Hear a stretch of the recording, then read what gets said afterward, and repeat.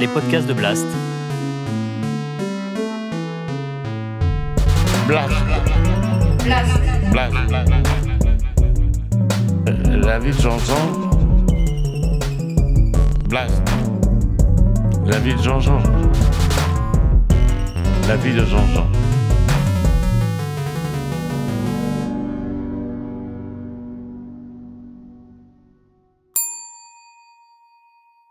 Là, je suis avec mon petit dictaphone que je me suis acheté, là, et pour enregistrer un peu. Et j'ai eu de ma mal fou à me servir de ça. Là. Je suis perdu avec toute cette nouvelle technique, là. Et en face de chez moi, il y a un petit jeune. J'ai 3 petits jeunes dans mon coin. Un petit jeune, des gars qui ont 40, 45 ans, qui sont sympas avec moi, vraiment. Ils sont sympas.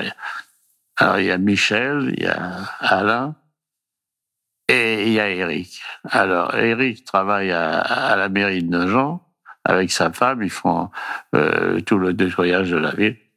Et Alain, c'est un mécanicien, un petit garçon hors pair aussi, celui-là. C'est un garçon, il sait tout faire. Mais alors, ce que j'adore chez lui, parce que je lui prête mon garage. J'ai un garage, alors il vient et il fait de la bricole, il fait de la perruque, quoi. Le samedi, il fait des petites bagnoles comme ça en douce. Mais je le regarde travailler. Je ne l'ai jamais vu s'énerver, jamais vu. Vous savez, tous ces types, moi je vois des gars qui travaillent, faut les voir, les mecs, ils jettent des outils, putain de merde, ils gueulent, ils pendent, ils donnent des coups de pied partout, c'est affreux. Lui, il est toujours d'un calme. Des fois, je l'ai jamais, je le connais depuis 20 ans, je l'ai jamais vu s'énerver. Il sait tout faire. Tout ce qui m'arrive chez moi, je vais le chercher. J'ai une panne d'électricité, je vais le chercher. J'ai une panne avec le gars, je vais le chercher. C'est formidable, ces gars-là. Ils ont vraiment de l'or. Et puis donc, il y a Michel. Alors, Michel, lui, travaille à la télévision. C'est un technicien de la télévision. Alors, il vient chez moi, il s'occupe de tout. Et il rentre, il dit, mais qu'est-ce que c'est, tout ce que t'as là, arrête, fous-moi ça en l'air. Je dis, non, Michel, laisse-moi avec mes trucs, hein, j'ai des cassettes, laisse-moi les cassettes. Mais il dit, Jean, mais écoute, je t'enregistre tout ça, moi, je les filme, tout, je t'enregistre tout ça, arrête avec tout ça. Oh là là, j'ai dit, non, mais laisse-moi, moi, je joue avec mes cassettes, j'ai toutes mes cassettes, là, voilà, j'ai le jazz, j'ai tout, j'ai les opéras, j'ai toute la musique, tous les chanteurs. Il me dit, qu'est-ce que tu veux? Moi, je peux t'enregistrer les billes, je peux faire tout un tas de trucs. Ouais. Qu'est-ce que tu veux? Il me dit, donne-moi 3 chanteurs, je vais te faire. Alors, je dis, je sais pas, j'ai Mouloudji, Reggiani, je sais pas, j'ai Pierre Perret, par exemple. Bon, ça va. Le lendemain, 2 jours après, il arrive, alors là, c'est marrant. Il me faut un suppositoire. Non, il me met pas un suppositoire dans le cul, j'entends bien. Il met des suppositoires dans mes appareils, là. Et puis voilà. Il vient, t'appuies là. Il faut pas que j'oublie parce qu'après j'oublie. Alors, t'appuies là, j'appuie là. Hop. J'ai toutes les chansons qu'a chanté Mouloudji, j'ai toutes les chansons qu'a chanté, j'ai toutes les chansons que j'ai Perret, toc, je mets ça, t'appuies sur un, hop, je vais aller défiler toutes les chansons, j'appuie, je veux celle-là, toc, là, ça, hop, et ça sort, là. Je regarde ça, moi, là. Le soir, à 10h, j'ai terminé ma journée, parce que j'ai des journées avec l'Alzheimer et le Parkinson, c'est pas de la tarte, hein. Moi, je passe des journées de boulot, vraiment. Il y a des gens qui regardent, ils me disent, mais comment tu peux arriver à t'en sortir? Enfin, peu importe. Et le soir, à 10h, je me mets là, j'éteins les lumières dans le calme, et puis, tout ce qui me vient à l'esprit, hop, je sors. Et c'est assez drôle, depuis que j'ai commencé à faire ça, j'étais un peu triste ces derniers temps. Je disais, mais quel but j'ai maintenant? J'ai plus rien, là. Depuis 5 ans que je fais ça. Oh, j'ai mal, Et puis, tout d'un coup, le fait de savoir que je peux raconter tout ça, ça m'a donné un coup de fouet. Ça m'a rajeuni. Et puis alors, c'est assez drôle. C'est qu'il y a tout un tas de trucs qui me sortent de la tête, qui me viennent à l'esprit, que j'avais oublié. Et mais si je m'arrête, hop, j'oublie ce que j'ai écrit. C'est assez drôle quand même. Et puis voilà. Donc, et le soir, juste 10h à minuit, je raconte ce qui me vient à la tête, n'importe quoi, n'importe quelle époque, tout ça. Ah oui, voilà, c'est pour ça que je voulais parler de la façon dont les gens se rencontrent en ce moment. Alors, les gens critiquent un petit peu. Moi, j'ai eu une petite histoire qui m'est arrivée. Je travaillais ça se passait en 42, en 42. Je travaillais comme groom chasseur à l'hôtel Prince de Galles, qui était occupé par les Allemands.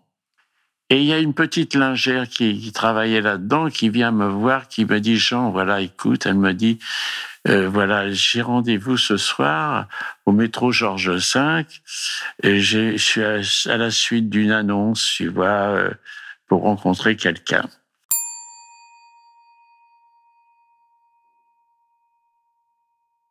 Mais j'aimerais bien que tu ailles à l'agent, au métro avant moi, et que tu viennes me dire un petit peu quelle allure qu'il a, etc.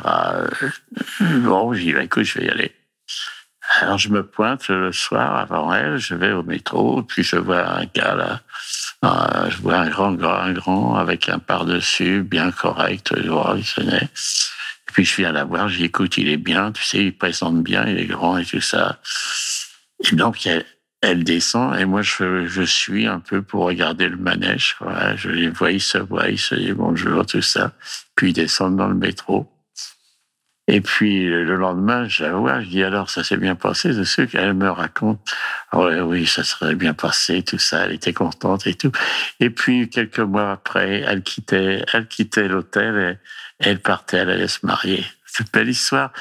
Mais je dis mais c'est formidable en fin de compte. Vous vous rendez compte le truc du mariage? Mais il y a des gens, bon, ils habitent dans une petite ville de province de rien du tout. Ils sont là, et elle travaille dans un bureau, elle sort le soir. Comment elle va se marier? Hein? Alors, on rencontre un gars, c'est pas ce qu'elle aimerait avoir, mais bon, il y a pas tellement de choix, et on se marie. On se mariait à l'époque comme ça. On se mariait, bah oui, on n'a pas trouvé mieux, voilà. Et ça faisait des mariages, ça. Bah non, moi je trouve que c'est très bien, l'État est arrivé. Les gens rigolent, ils se connaissent par Internet. Mais je dis, c'est formidable ce truc qui est arrivé. Moi je vois, j'ai un ami qui était un pianiste. Bon, il donnait des concerts, tout ça. Et il était marié avec une intellectuelle qui était une ingénieure dont je ne sais plus en quoi. Elle n'aimait pas le piano. Mais qu'est-ce qu'ils foutaient tous les deux ensemble? Hein? Alors, ils jouaient du piano, ils s'en étaient, ça l'énervait, elle n'était pas mélomane. Ils ont fini par se séparer, mais c'est tout à fait normal. Et il a trouvé une fille qui adore le piano, qui fait du piano. Ils sont heureux tous les deux, maintenant, je les vois, là. Et quand ils donnent un concert, c'est elle qui présente, tout ça. Bon, alors, ben, c'est sympa, moi, je trouve, le truc de passer par une agence, de passer par Internet. La fille de province que je vous dis, bon, elle est musicienne, par exemple. Elle va demander, voilà, j'aimerais bien quelqu'un qui est musicien, voilà, qui aime la campagne, etc. Alors, enfin, elle donne tout un tas de données. Le gars, ils peuvent se rencontrer. Hein, c'est quand même pas mal, moi, je trouve, de passer par là. Hein? Les gens, ils se rencontrent, ils ont le temps de se connaître, etc. Moi, je trouve que c'est très, très bien, moi, l'histoire du mariage comme ça. Bon, voilà, au moins, tu rencontres quelqu'un. Moi, à mon époque, c'était... Voilà, bon, ce qui se passait, les filles elles cherchaient à se marier. Hein, c'était l'époque. Ah oui, c'était assez drôle, cette histoire de mariage. Hein. Je vois aussi cette évolution. Moi, de mon époque, les filles, elles cherchaient à se marier. Il faut trouver un gars. Puis elles s'accrochaient quand elles trouvaient un gars.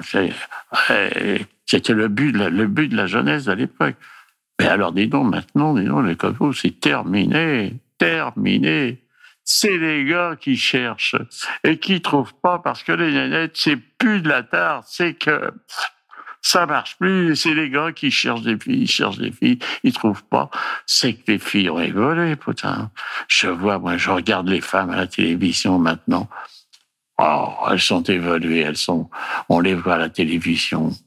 Ça parle, à l'époque, elles étaient un peu timides, réservées, c'était un petit peu réservé. Mais là, je vois, les gars, maintenant, ils ont du mal. Alors, je vois, il y a des gars qui vont chercher des Chinois, qui vont chercher des Thaïlandais. Et c'est difficile maintenant pour les gars pour trouver une femme. C'est que les femmes maintenant, c'est plus comme à l'époque. Hein.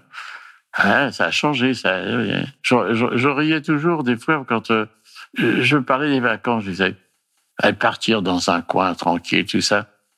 Mais un gars qui travaille dans un petit truc ou une fille qui travaille dans un petit village, tout ça, qui voit personne de l'année, eh ben, quand ils prennent des vacances, ils veulent aller à un endroit où il y a du monde, il y a des filles, il y a des gars. Plus il y a de monde sur la plage, plus ils sont contents. Eux, toute l'année, ils sont enfermés dans un petit village, rien du tout, ils voient personne. Là, plus ils voient des fesses, plus ils voient des bonhommes, ils sont contents. Hein, c'est normal. Bon. Ils vont pas aller se mettre dans un petit village ou à la campagne tout seul. Ah, les histoires de mariage, c'est encore... Parce que je vois les gens qui se divorcent, tout ça. Oh là là. C'est catastrophique, le divorce. Oh là là. Les gens, la haine. Oh la haine. J'aime pas voir les gens se disputer. Moi, j'étais marié pendant... Je sais plus comment... Je sais plus les chiffres. Oh là là. Je me suis engueulé comme tout le monde avec ma femme. Mais j'ai jamais eu de truc de haine comme ça, de truc... Bon, moi, c'était sympa avec le boulot que je faisais, c'est sympa. Moi, je m'engueulais avec Jacqueline. Bon. Je me barrais, je rentrais 15 jours après, je me rappelais plus qu'on s'était engueulé. Hein. Moi, j'avoue que c'est peut-être ça qui m'a facilité aussi, peut-être de pouvoir rester aussi longtemps. On s'est marié, je ne me rappelle même plus. On est dû se marier en 48, un truc comme ça. Et ouais, j'ai 91 ans, on est toujours ensemble. Et c'est drôle. Je la vois, elle est là dans son lit, là. Elle me reconnaît plus, elle est là. Je la regarde. Je la regarde. J'ai jamais tant. Je me rends compte que j'ai eu le taux d'avoir une femme pareille. Elle est plus valable que moi. Vraiment, elle était sympa. Elle était sympa. Elle avait fait une chose. Est-ce qu'elle était jalouse? Elle était jalouse, mais elle a eu l'intelligence d'oublier ça. Elle n'est pas une jalousie morbide, attention, les filles qui sont... Oh là là, non, elle était jalouse comme peut être une femme qui aime quelqu'un. Alors, elle est amoureuse de moi, je suppose, je pense. Elle a dû l'être puisqu'elle est restée. Elle était jolie, ma femme, elle était belle, et les gens l'appréciaient beaucoup, elle était très gaie, surtout. Elle était très gaie, elle était toujours très gaie. Les femmes l'aimaient bien, c'est drôle quand on est des filles. D'abord, c'était pas le genre de fille à draguer les bonhommes des copines et tout ça. Mais les gars, souvent les gars m'ont dit, tu sais, elle est sympa, ta femme. Et c'est vrai, elle s'adaptait partout. Et donc, elle avait pris cette solution. Bon, il fallait pas. Je rentrais de courrier, elle me demandait jamais, qu'est-ce que t'as foutu pendant les 15 jours que t'es parti? Jamais, rien. On partait à zéro. Je lui racontais pas, moi, je lui raconte pas. Je racontais rien, je racontais pas grand-chose, je racontais des petits trucs comme ça, et j'étalais pas la vie que j'avais. Et par contre, il arrivait que j'allais manger chez des copains, tout ça. Alors là, des fois, les langues se déliaient. Elle entendait toutes les conneries, tout ce qui se passait dans les équipages et sur les courriers. Bon, elle disait rien, c'est sympa. Alors là, je la vois, là, elle est là, elle me reconnaît plus, mais ça fait rien. Elle a passé 3 semaines, elle était très mal, là. Oh, je vais pas vous embêter avec tous ces trucs-là, mais enfin, je le dis quand même en vitesse, hein. Elle était là, elle étouffait, elle pouvait plus respirer. Le médecin arrive, et il me dit, il faut l'emmener une urgence à l'hôpital. Alors après, je lui ai dit, écoute, parce que pendant 1 semaine à l'hôpital, on m'a dit, vous savez, je ne vais pas tenir. Et si elle décède dans la nuit, vous m'appelez dans la nuit, je viendrai la nuit. Puis en fin de compte, ils l'ont tiré d'affaire, quoi. Et puis alors le médecin à la fin m'a dit, bon, écoutez, si vous voulez, on peut la mettre dans une maison. Quoi. J'ai dit non, pas d'histoire. J'ai dit, je la prends, elle revient à la maison. Elle revient à la maison, ça, il n'est pas question que je la mette dans un poteau. Elle reste à la maison. Et alors, c'est assez drôle, je fais toujours cette comparaison. Les gens qui ont des chiens, là, et puis ils partent en vacances, ils en ont marre, le chien les emmerde, et hop, et ils balancent le chien dans la forêt, et puis ils se barrent. Moi, ça me faisait la même impression, le mec qui vit avec une femme. Puis il la fout dans un moroir là-bas, et puis, oh non, oh là là, c'est long, j'aurais pas, si j'avais supporté un truc pareil. Oh, merde, hein. Non, je suis content, elle est revenue à la maison, elle est là, dans un fauteuil. Je mets 1h30 pour la faire manger la petite cuillère, mais ça fait rien, je suis content, là, elle est là. Voilà, elle s'éteindra tout doucement, et puis voilà. Si vous avez aimé ce podcast, n'oubliez pas de nous mettre des étoiles ou de le partager autour de vous ou sur vos réseaux sociaux. Blast est un média indépendant. Et si tous nos contenus sont en libre accès, c'est grâce au soutien financier de nos blasters et de nos abonnés. Pour nous soutenir, faire un don unique ou mensuel, rendez-vous sur blast-info.fr. Partagez. Voilà. Et likez. Likez.